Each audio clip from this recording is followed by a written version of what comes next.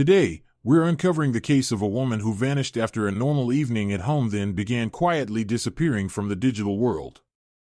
Within hours, her phone went silent, her accounts were erased, and the man she met through a dating app claimed they had already broken up.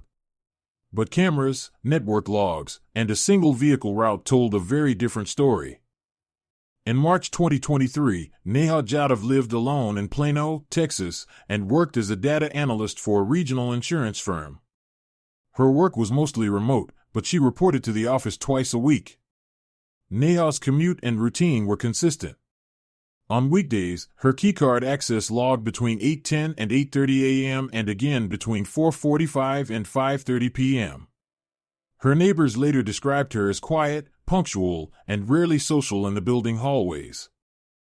Niha met Karav Nanduri through a dating app in late March. The initial messages were later recovered from Niha's laptop because they synced to a browser session. The exchange moved quickly off app. Within days, Niha and Karav were using encrypted messaging and video calls. Karav presented himself as a product manager for a logistics software company with an immigration story similar to Niha's, including graduate school in the United States and a prior work visa. Their first in-person meeting was documented indirectly through receipts and location history. On April 6, Niha's credit card statement showed a dinner charge at a restaurant in Legacy West at 7:42 p.m. The restaurant's interior cameras confirmed Niha and Karav entering together at 7:35 p.m. and leaving at 9:18 p.m. Karav drove a dark gray Honda Accord. A parking lot camera captured the plate number, which was later traced to a lease under Karav's name. Over the next 4 weeks, their contact intensified. Niha's building access log showed Karav entering as a guest on at least 9 occasions. The building used a visitor callbox system that recorded the apartment number, timestamp, and the tenant's confirmation. On those nights, Niha's apartment door camera captured Karav arriving with small bags, staying overnight, and leaving in the morning. By early May, Niha began integrating Karav into practical aspects of her routine. A shared grocery account was created under her email. A streaming subscription was added to his device. On May 12, Niha purchased a new laptop. The purchase was financed with a store credit plan. The account profile listed Niha as the primary holder and Karav as an authorized manager for billing assistance. Investigators later noted that the authorized manager option required identity verification through a one-time code sent to Niha's phone number. On May 18, Niha changed the recovery phone number on her main email account. The change was visible in provider logs obtained later through legal process. The update did not remove Niha's number, but it added a secondary recovery number ending in 6041. That number matched Karav's phone line. Niha's work systems showed no immediate disruption. Her daily logins continued. Her productivity tracking remained normal. Colleagues later said she mentioned dating someone but did not share details.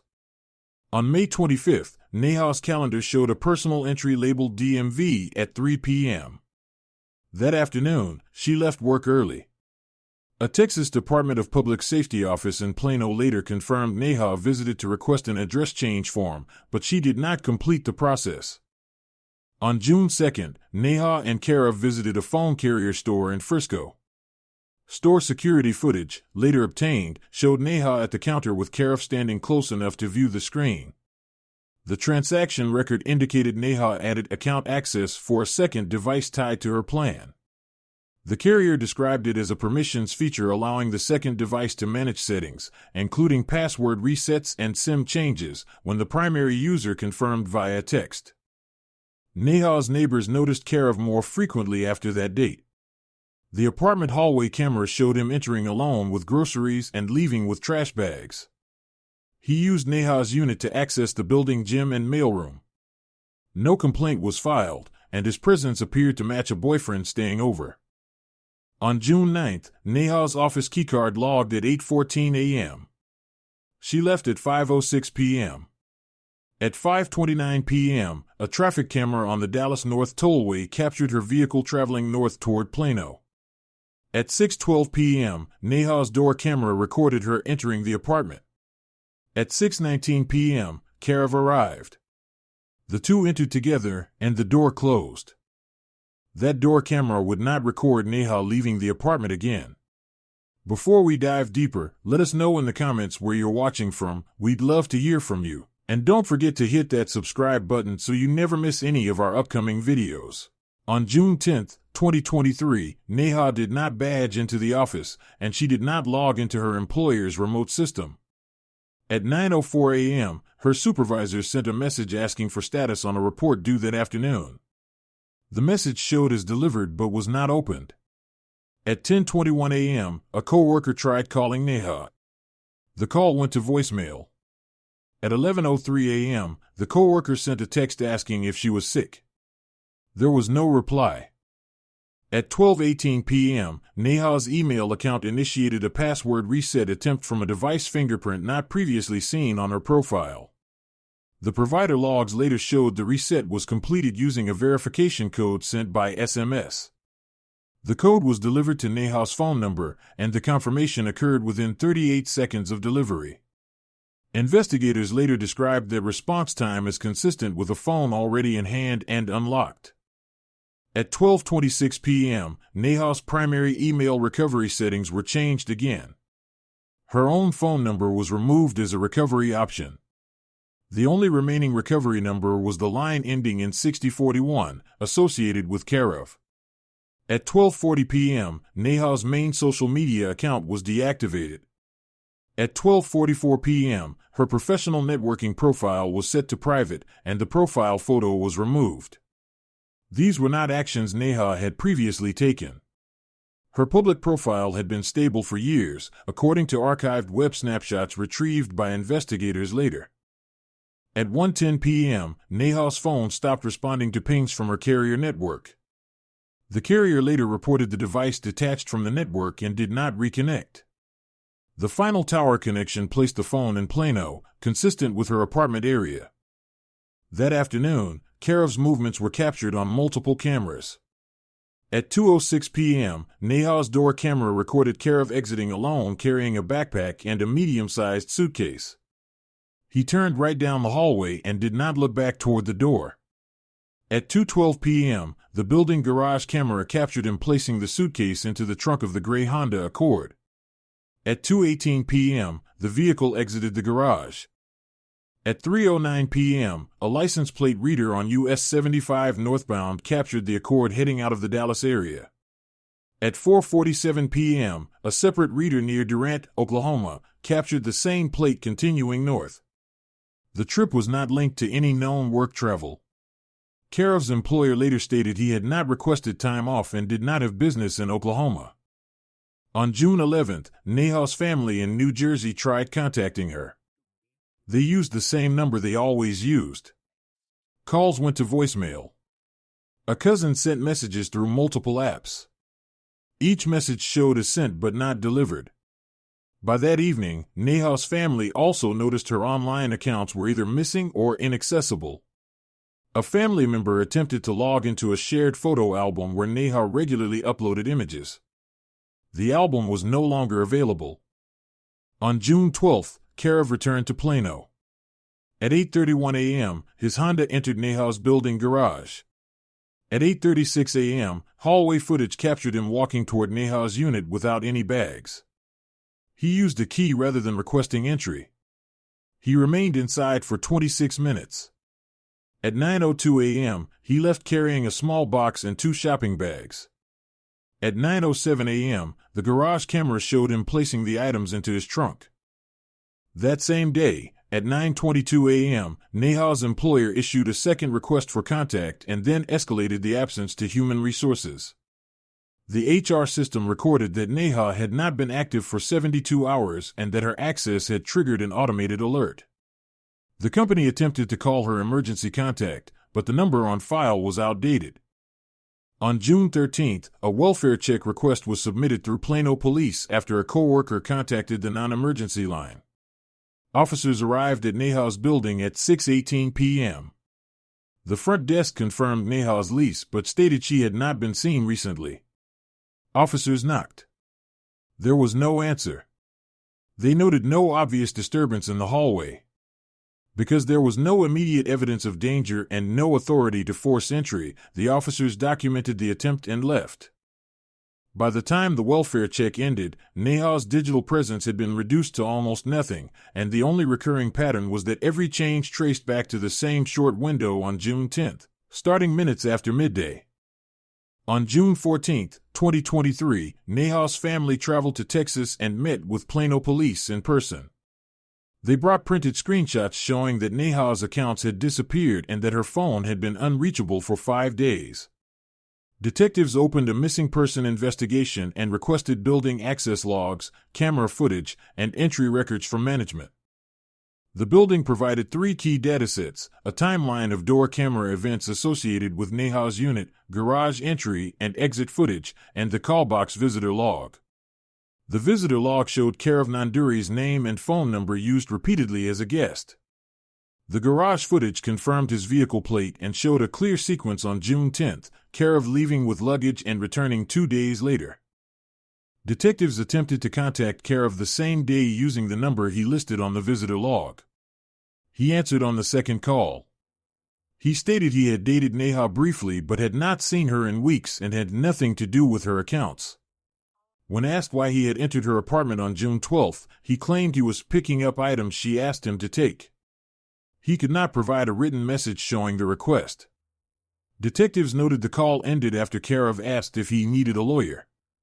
He then stopped answering.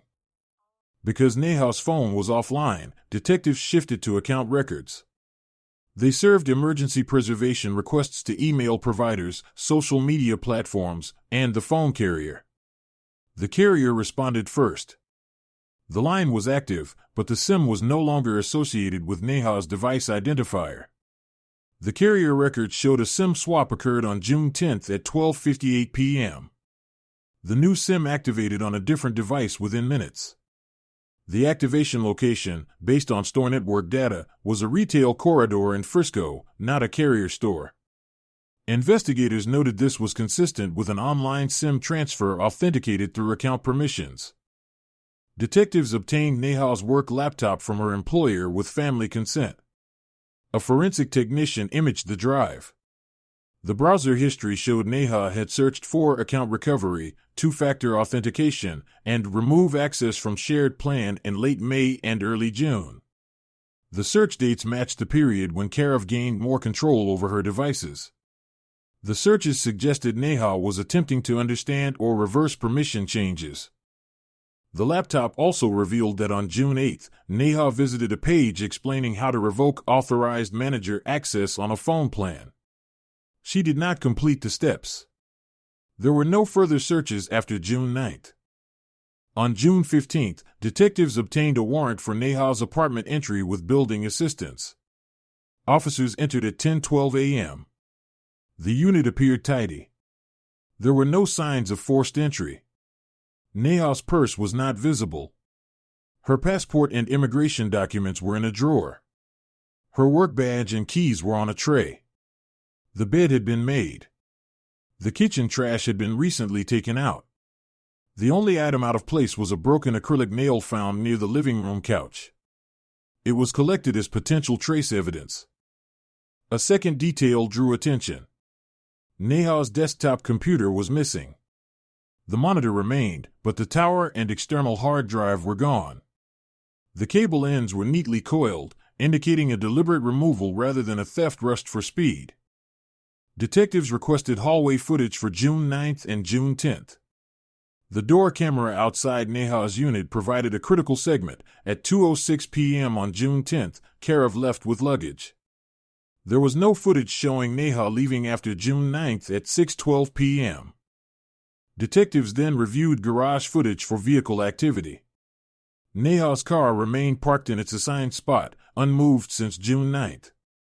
The position of the tires and a layer of dust on the windshield were consistent with no use. That eliminated voluntary travel as an initial explanation. On June 16, detectives obtained a court order for Karev's phone records and location data. The phone provider returned tower pings showing Karev traveled north into Oklahoma on June 10 and returned on June 12. The route matched license plate reader hits. The case shifted in classification. What began as a missing adult report now included evidence of digital suppression, a controlled SIM swap, removal of computer equipment, and a suspect with documented movements that aligned with the disappearance window. Detectives prepared a warrant for Karov's apartment and vehicle, with the working assumption that the disappearance involved planning and electronic control.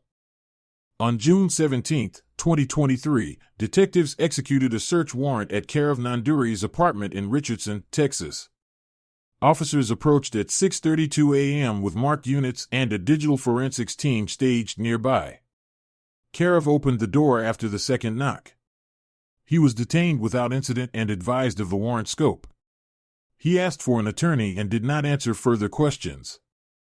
Inside the apartment, investigators documented multiple electronic devices. A laptop sat open on a desk with the screen locked.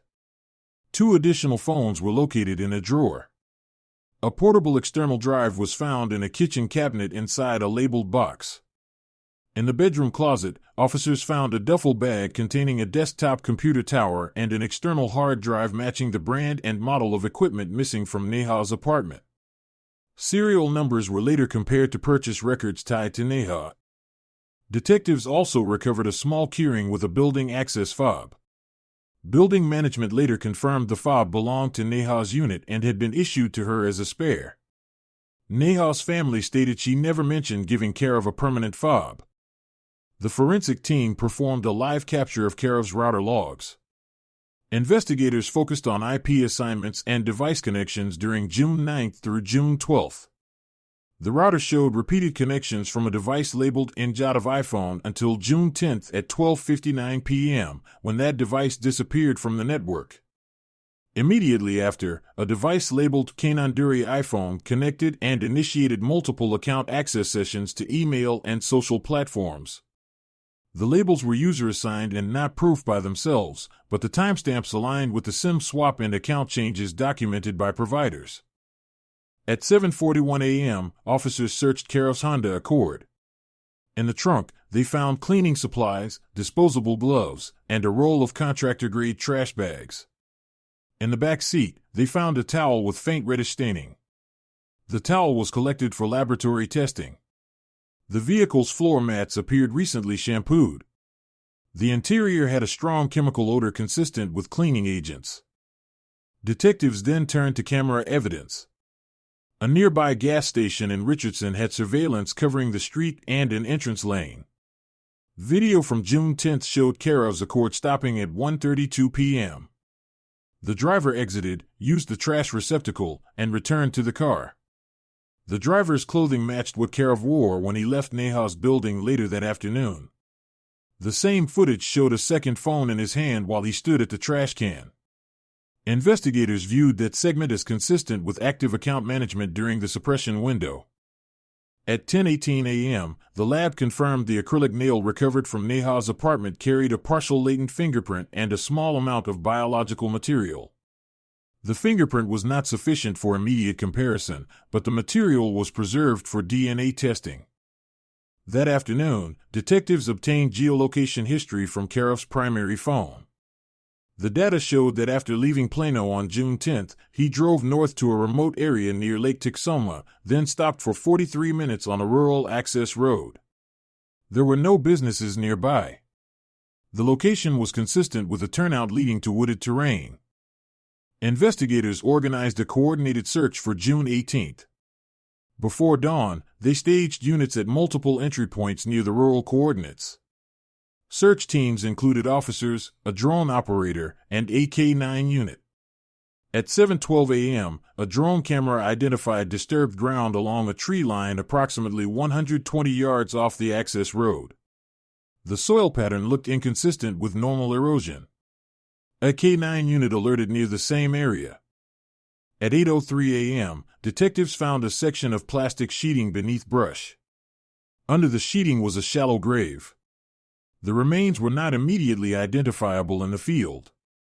A medical examiner was requested to respond. At 9:26 a.m., detectives notified Niha's family that a recovery scene had been located and that identification would require formal confirmation. That notification occurred before any public release. Karov was held on charges related to evidence tampering and unlawful possession of property while investigators awaited forensic confirmation tying him to the recovered remains and to the digital suppression that began within hours of Niha last being seen on her door camera. On June 19, 2023, the medical examiner's office confirmed the remains recovered near Lake Tiksoma were Niha Jadov. Identification was made through dental records and a fingerprint match taken during Niha's prior immigration processing. The autopsy documented blunt force head trauma and ligature marks consistent with strangulation. The manner of death was ruled homicide. Time of death was estimated within a window consistent with Niha last appearing on camera on June 9 at 6:12 p.m. Detectives finalized charges against Karov Nanduri based on the physical evidence and digital records. The first major pillar was device and account control. Email provider logs showed password resets and recovery changes initiated from a single IP address assigned to Karov's router during the June 10 suppression window. The social media deactivation requests came from the same IP address and from a device identifier that later appeared in Karov's phone inventory. The second pillar was vehicle movement. License plate readers and traffic cameras established Karov's Honda left Niha's garage on June 10, traveled north into Oklahoma, stopped near the rural recovery site, and returned to Plano on June 12. Niha's car remained at her building. There was no record of her vehicle leaving, and her key fob was later recovered in Karov's apartment. The third pillar was physical possession of Niha's property and evidence of cleanup. Niha's missing desktop tower and external drive were recovered from Karov's closet. The towel with reddish staining from Karov's car tested presumptively positive for blood. Subsequent DNA testing matched Niha's profile. Investigators also found receipts for carpet shampoo rental and bulk cleaning chemicals purchased on June 11, the day after the last confirmed activity on Niha's accounts. Digital forensics extracted deleted content from Karov's laptop and one of the secondary phones. Analysts recovered a folder of screenshots showing Niha's account settings pages, including two-factor authentication prompts and recovery phone changes. The timestamps on the screenshots aligned to June 10 between 12:20 and 1:05 p.m. One image captured a confirmation message indicating a successful SIM transfer request. Investigators also recovered location data artifacts consistent with a prior pattern. On Karov's laptop, a saved map pin labeled with a woman's first name was traced to an address in Schaumburg, Illinois. Detectives contacted the Illinois agency listed in the case file and learned of a 2021 missing adult report involving Ojasvini Velikady, a 29-year-old who vanished after dating a man she met online. The case had remained unsolved, with her accounts also deactivated shortly after she disappeared. Illinois detectives provided the 2021 report and a name used by the suspect then. It was not Karov Nanduri. It was a different identity, supported by a different driver's license number. Texas detectives compared the Illinois identity records to Karov's known information and located shared biometric markers through DMV photo comparison software. The faces matched at a high confidence threshold. The conclusion was that the same individual had used multiple identities across states. With that information, detectives sought additional warrants for identity fraud, interstate activity, and prior related offenses. They also served warrants to dating platforms for account registration data. Multiple accounts linked back to the same device advertising ID, even when different names and email addresses were used. In several instances, the accounts were created shortly after other accounts were deleted. During an interview conducted through counsel, Karov did not provide a narrative. The only quoted statement documented in the report was a brief denial, "I didn't harm her." Investigators noted that the denial did not address possession of her devices, the router log activity, or travel to the recovery site. By late June, prosecutors prepared an indictment including murder, tampering with evidence, unlawful restraint, and multiple counts related to fraudulent identity use. The charging documents emphasized the sequence: Niha's last recorded entry into her apartment, Karov's departure with luggage, the immediate account suppression and SIM swap, the removal of computer equipment, the out-of-area travel, and the recovery location tied to his phone. The investigation's focus widened beyond a single homicide. Detectives coordinated with federal partners to determine whether Karov's pattern of online targeting and post-crime digital erasure extended to additional victims. In August 2024, Karov Nanduri's case went to trial in Collin County, Texas. The prosecution did not center the narrative on motive. The core presentation was a controlled timeline supported by camera footage, network logs, account records, and vehicle movement data. Jurors first saw the door camera video from Niha's apartment. The timestamp showed June 9th at 6:12 p.m., Niha entering alone. 7 minutes later, Karov arrived, and both entered. The camera recorded no subsequent exit by Niha. The next door camera event was June 10th at 2:06 p.m., Karov leaving alone with a backpack and suitcase. The prosecution then presented garage footage showing Karov loading the suitcase into his Honda and departing at 2:18 p.m. A Plano traffic camera placed the Honda on a northbound route. License plate reader records confirmed the same plate crossing into Oklahoma later that day, then returning to Texas on June 12th. A digital forensics examiner testified about the SIM swap and account takeover. Provider records showed Niha's phone line transferred to a new SIM at 12:58 p.m. on June 10th. Immediately after, her email recovery options changed, and her social accounts were deactivated. The examiner explained that after the SIM swap, an individual controlling the line could receive verification codes and lock the original owner out. The examiner also testified that the IP address initiating the deactivations mapped to Karov's apartment router, and the router logs confirmed device connections at the same times. The jury then heard about the recovered devices. Niha's desktop tower and external drive were found in Karov's closet. Serial number comparisons matched Niha's purchase records. A lab analyst testified that the towel recovered from Karov's car contained blood matching Niha's DNA profile. Another analyst testified that the vehicle interior showed signs of recent cleaning, including residue consistent with carpet extraction chemicals. The medical examiner testified to cause and manner of death. The findings documented blunt force trauma and ligature marks. The testimony did not assign a precise minute of death, but the estimated window aligned with the period after Niha last entered her apartment and before her accounts were altered the next day. The defense strategy focused on challenging the meaning of digital evidence and suggesting alternative explanations for the devices and travel. Defense counsel argued that Niha may have voluntarily shared access and that the route north could have been unrelated. The prosecution responded by returning to the sequence, Niha's absence from work beginning June 10th, the immediate SIM swap and deletion actions, and the recovery site being the exact location where Karov's phone paused for 43 minutes. A separate segment of testimony addressed identity fraud. Investigators described how Karov used different names across platforms. The court allowed limited evidence regarding the prior Illinois case to establish identity manipulation patterns and to explain investigative steps, without trying that case inside the Texas trial. On September 3, 2024, the jury returned a guilty verdict for murder and evidence tampering. At sentencing, the court reviewed aggravating factors presented by the state, including deliberate digital suppression intended to delay discovery. Karov was sentenced to life imprisonment. After sentencing, investigators continued coordinating with Illinois authorities. The Texas conviction did not close the broader inquiry into prior identity-based targeting. For Niha's family, the court outcome provided a defined legal conclusion supported by a documented record, the last confirmed camera entry, the account erasure window, the vehicle route, the physical evidence in Karov's possession, and the recovery site tied to his phone's location history.